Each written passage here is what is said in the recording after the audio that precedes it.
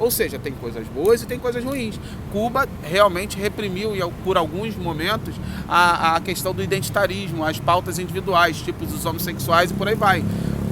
O próprio Fidel Castro voltou atrás e pediu desculpas e falou que estava errada essa política. A política de Fidel Castro, no começo, com a Igreja Católica, ele foi lá e recuou. A princípio, ele rolou uma certa perseguição, depois ele falou, não posso. Eu não posso fazer isso nessa sociedade de transição. A Igreja é importante para as pessoas, sim. Então, tá vendo como é que está tendo avanço? Assim como o capitalismo nasceu lá nos burgos, na minha concepção, tem gente que acha que não, mas eu acho que nasceu ali, com a moeda de troca, e ele foi se evoluindo, foi se aprimorando, o nosso socialismo também está se aprimorando, é nisso que eu acredito. O que a gente não vai perder mão é da utopia de uma sociedade justa, tá ligado? E, enfim, é isso, Marcelo. Assim, uma coisa que eu falo, eu entendo e respeito a sua opinião, sempre falo isso, para pessoas de esquerda e de direita que eu converso. Cara, uma coisa que eu fico muito triste com a esquerda, não poderia defender mais a classe trabalhadora? Exemplo, eu tô vindo da Baixada Fluminense, cara. A Baixada Fluminense tem um potencial gigantesco para ter uma mão de obra qualificada gigantesca. Fábricas, siderúrgica não, mas vamos botar lojas de grande porte. Por causa aí que eu sou contra o governo, por causa dessa política envolvendo de esquerda e de direita, aí que eu já me enquadro na parte centrista, entende? Deixa o empresário investir. Altos impostos, eu mesmo, eu tenho meu CNPJ, fali por causa da pandemia, vendia fones, importava fone da China, vinha pra cá, mas aí era taxado na alfândega. Eu acredito que o pessoal da esquerda ia ganhar mais espectadores se ele defendesse mais a classe trabalhadora, sabe? Uma coisa que um professor chamado, não sei o que, alguma coisa Neto, é um branquinho de barba, bem coroinha ele fala, o professor que é esquerdista ou o acadêmico que é esquerdista, eles não tem que ficar somente na universidade, ele tem que ir até a classe trabalhadora e saber o que eles passam. Por exemplo, eu agradeço muito ao sindicato pelos avanços, entendeu? Mas tem muitas coisas que muitos patrões, entende? Patrões sufocam a gente, entende? Não vou botar em termo agora porque eu tô vendo, né? Mas aí que tá, cara, olha só. E outra, perdão. Tá, tudo bem. Eu tenho minha carteirinha do PCC, né?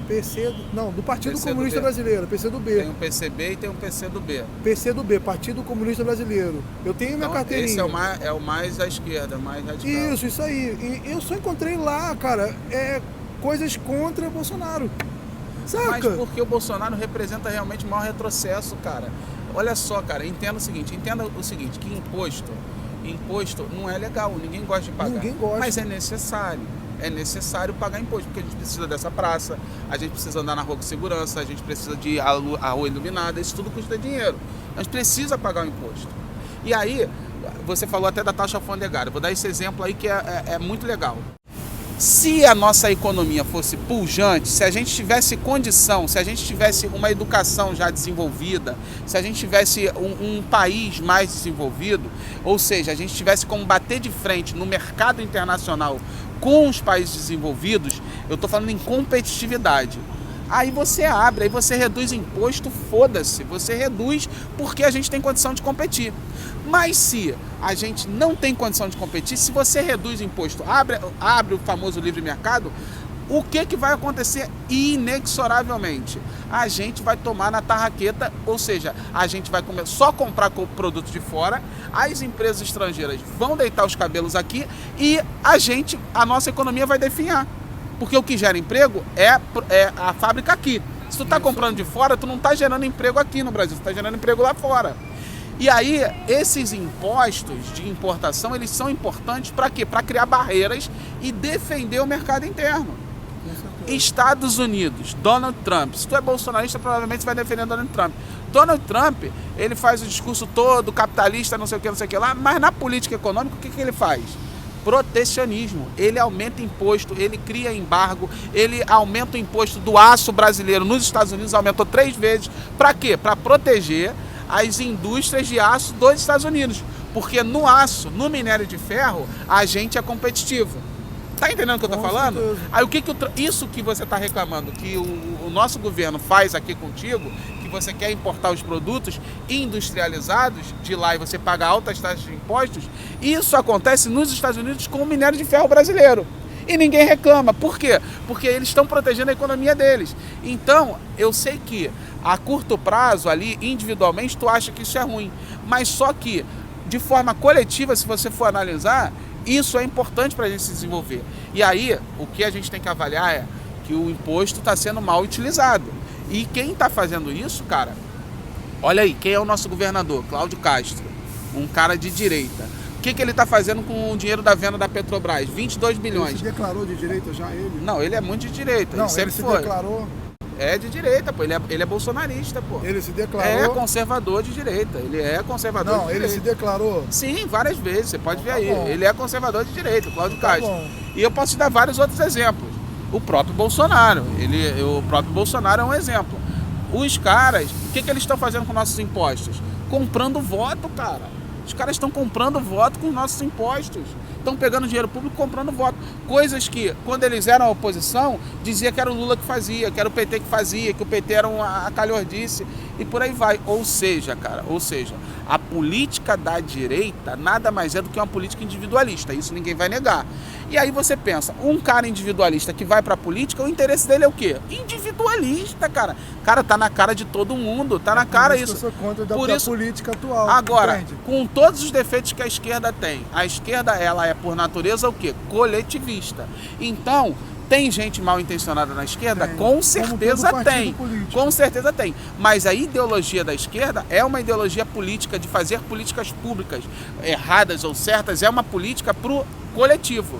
Ou seja, a gente tem uma causa nobre para fazer política. A direita não tem causa nobre. A direita, ela é o individualismo. Então pensa em alguém que é de direita e entra na política. Tá na cara que o interesse dele é com ele mesmo. O compromisso dele é com ele, não com o povo. E é o que acontece na prática. É o que acontece na prática, cara. Com todo respeito, eu sei que você ainda acredita em Bolsonaro, e é claro que a gente tem essa divergência. O Bolsonaro, nitidamente, o compromisso é com ele mesmo. É com ele mesmo. O compromisso dele com a família dele. Ele sabe muito bem, se o compromisso dele fosse realmente com o país e coisa e tal, ele poderia retirar a candidatura, que teria muito mais chance de qualquer outro candidato de direita vencer a eleição. Ele teria, só que ele tem um ego em cima do mundo e ele não vai arredar a pé, ele vai querer ser candidato e a gente vai disputar a eleição. Nós somos Lula, nós somos Lula contra ele.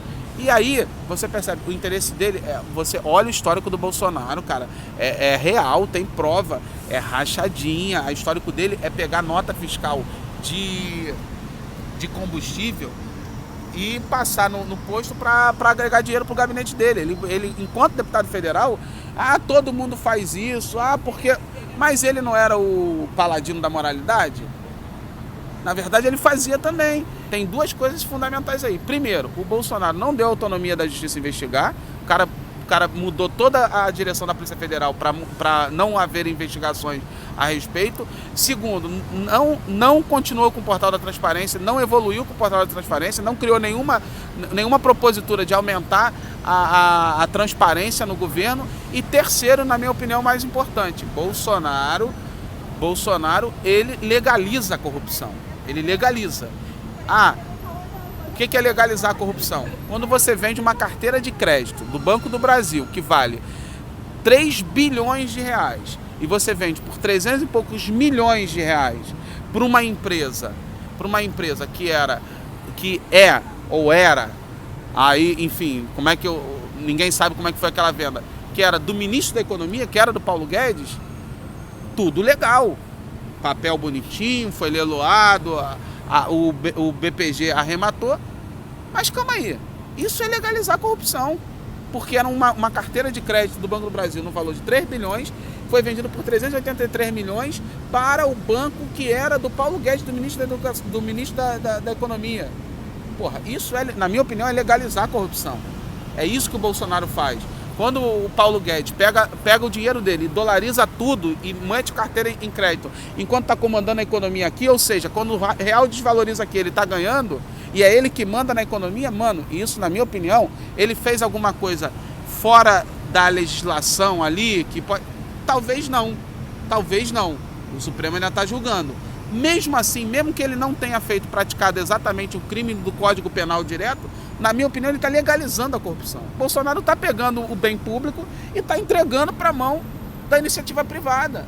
As refinarias, cara, que aqueles caras que estão fazendo na Petrobras, eles venderam, hoje a gente não tá, hoje o nosso preço da nossa gasolina, cara, tá esse preço por conta das refinarias que o Bolsonaro vendeu, da Petrobras. A Petrobras não foi privatizada, mas ela foi toda entregue. A BR Distribuidora foi privatizada, as refinarias mais de 10 refinarias foram privatizadas. E aí, quando tu privatiza, você não tem mais controle do preço de um combustível que é fundamental para a sociedade. Você não tem mais controle. Se você não tem controle, fica isso aí. Gasolina pode chegar a R$10. Isso, na minha opinião, é legalizar a corrupção. Então, por esses 3 motivos que as pessoas acham, que ainda tem pessoas que acham que o Bolsonaro não é corrupto. Para mim, ele é muito pior. Ele é mais do que corrupto, ele é muito corrupto, ele é corrupto e canalha. Enfim, como em visão de povo trabalhador, não tem outra história, meu irmão. Não tem. A sociedade, você pode ser dono da sua empresa, mas você tem que acordar cedo e trabalhar para gerir a tua empresa, para cuidar da tua empresa. Você não é um patrão, você ainda é trabalhador, você é um proletário que você ainda está vendendo a força de trabalho. E não tem jeito. Aí que eu sou contra as pessoas que falam, comunista de iPhone. É que sou contra isso, entendeu? Porque falam que a pessoa que é comunista e está de iPhone, não faz sentido. Já viu esse ditado, né? Claro. Não é ditado, é uma provocação que faz. E na verdade, o comunista de iPhone, na verdade, quem é que construiu o iPhone? Quem é que fez? Foi o proletariado. O dono da empresa era um capitalista que estava ali sugando a mais-valia do trabalhador. Mas quem construiu foi o trabalhador. E o comunista não é contra o consumo.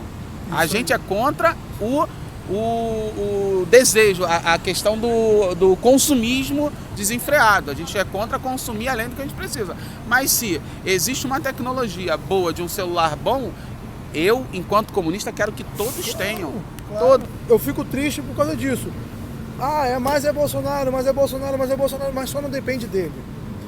Uma coisa que ele, vamos supor, a legalização da arma. Vai pra onde? Supremo. Vai pra X, vai pra Y. Não tenha dúvida, mas é porque a República nossa, ela tem que ser dividida os poderes mesmo, ele não tem poder de tudo. Isso aí. Ninguém tá dizendo que, não, do mesmo jeito que se Lula foi eleito, eu acredito nisso, não dá pra gente virar e falar assim, não, o país vai melhorar do dia pra noite. Não vai. Então, ele tem que fazer o papel dele enquanto presidente. Ele é o principal agente, mas não é sozinho, eu concordo. E aí, o que aconteceu com o Bolsonaro foi que ele estava tomando medidas antirrepublicanas, medidas que, na nossa visão, fugiam da alçada dele enquanto presidente, onde que, ainda que ele, enquanto presidente, por exemplo, ele defenda essa liberação geral das armas, grande parte da sociedade é contra, o Congresso, de maneira geral, é contra, tanto é que engavetou, e o Supremo Tribunal Federal entendeu que isso é contra a Constituição. Então teve vários casos que o Supremo Tribunal Federal, na minha opinião, ele não interferiu no governo Bolsonaro. O que o Supremo Tribunal Federal fez? Isso daqui você não pode fazer, porque isso fere a Constituição. E para mudar a Constituição, primeiro precisa passar pelo Congresso em duas votações, 3/5 do Congresso. Então, isso você não pode fazer. E aí as pessoas confundem. Mesmo assim, na minha opinião, ainda bem que houve essa interferência do Supremo, porque as atrocidades que o Bolsonaro queria fazer através de medida provisória, seria muito prejudicial, cara. Ele queria vender a Eletrobras, por exemplo, através de medida provisória. Um exemplo, a Eletrobras é a maior empresa de energia elétrica da América Latina. Ela é superavitária, ela dá lucro, ela é uma empresa genuinamente brasileira, não tem monopólio e é uma empresa que a gente consegue controlar o preço da nossa energia elétrica. E o Bolsonaro e o Paulo Guedes queria vender através de medida provisória, sem que sequer passar pelo Congresso. O Supremo Tribunal Federal foi lá e embarreirou, falou, não, no mínimo você tem que passar no Congresso.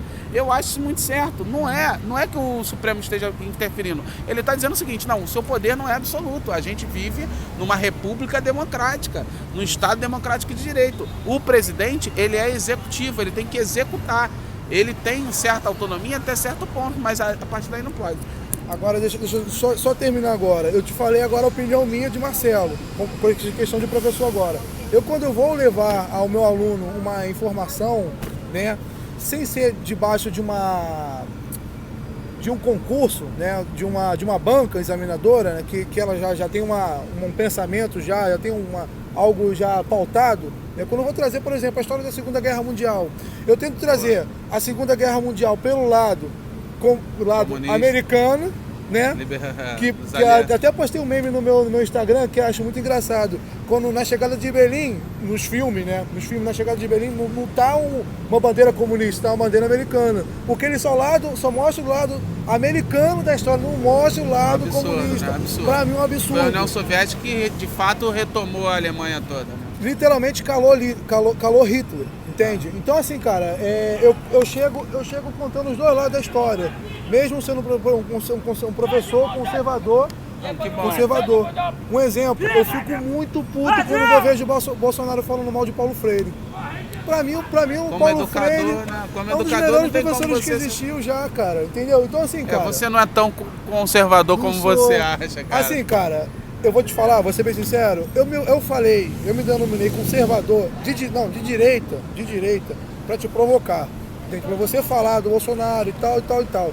Mas eu me vejo como um centrista, desses pensamentos. Entende? Entende? Eu vou estar conversando agora com o Peter, que é do canal do Anarcocapitalista. Eu vou falar que sou de esquerda. Aí ele vai falar mal do Lula. Por causa de que disso? Isso no futuro eu vou levar para os meus alunos. Vou falar, olha só, eu tive conversando... Perdão, seu nome?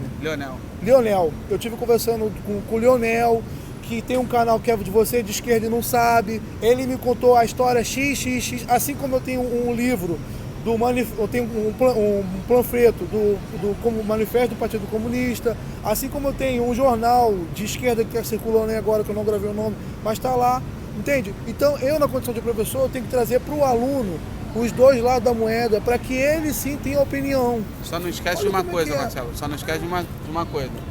Numa sociedade desigual, se você não tem lado, você acaba escolhendo, você acaba sendo complacente com o opressor. Ou seja, se você se cala, se você está diante de uma injustiça, se você se cala, você acaba sendo... Por isso que eu também faço isso. Eu leio livros de conservadorismo, eu leio Adam Smith, eu leio Milton Friedman, eu leio Hayek, eu leio Roger Scruton, eu leio Olavo de Carvalho, e leio Karl Marx, e leio Engels, e leio Paulo Freire, só que em algum momento eu com a minha consciência, eu acho que todos deveriam fazer isso, decidir, falar assim, beleza, mas e aí? O que está sendo? Não dá pra gente ficar nessa eterna dicotomia, nesse eterno coisa. A gente precisa tomar partido, porque se a sociedade é desigual, a gente precisa ou falar, não, eu sou de direita e vou me resignar. Eu deixo na opinião deles, eu deixo com eles isso. Não, entende? sim, eu só estou dizendo isso pra você e pros teus alunos tem que fazer isso mesmo. Isso, deixa com eles. Eu preciso ir nessa. Valeu, meu irmão. Tamo junto, cara.